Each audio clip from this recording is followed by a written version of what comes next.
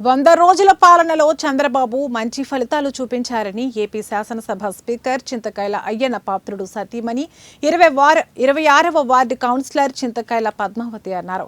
100 రోజుల పాలనపై అధికార ప్రభుత్వం నిర్వహిస్తున్న మంచి పాలన కార్యక్రమంలో భాగంగా నర్సీపట్నం మున్సిపాలిటీ 26వ వార్డులోని ప్రజలకు చంద్రబాబు సాధించిన విజయాల గురించి వివరించారు. అధికారంలోకి వచ్చిన 100 రోజుల్లోనే డిఎస్సి నోటిఫికేషన్ జారీ చేసి ప్రభుత్వ రంగంలో ఉద్యోగ అవకాశాలు కల్పించారని కొనియాడారు. గత ప్రభుత్వ హయాంలో రైతుల భూములను లాక్కునేందుకు పన్నిన కుట్రను చంద్రబాబు ఎదుర్కొని ఆ చట్టాన్ని రద్దు చేసి రైతులకు మద్దతుగా నిలిచారని పేర్కొన్నారు.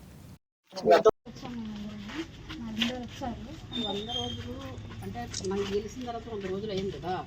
100 రోజుల్లో మేమేం పనులు చేసామని మీకు చెప్పడానికి. పెన్షన్ పెంచారా లేదా? పెంచారు కదా. భూమి యాక్ట్ అనేది ఒకటి తీసుకొచ్చారు. మీ భూములు ఉన్నాయి కదా, మీ భూములు గవర్నమెంట్ పరంగా వెళ్ళకుండా కాబట్టి డ్రైనేజ్ మొన్న పెట్టుకోండి. ఏం ఇవ్వాలండి సచివాలయం, అది మన సచివాలయం ఆఫీసర్స్ అందరూ ప్రతి విషయం చెప్పండి. ఇవన్నీ కరెక్టే కదా. భోజనాలు అన్నీ దగ్గర నుంచి చూసుకుని మన ప్రభుత్వం చెప్పడం.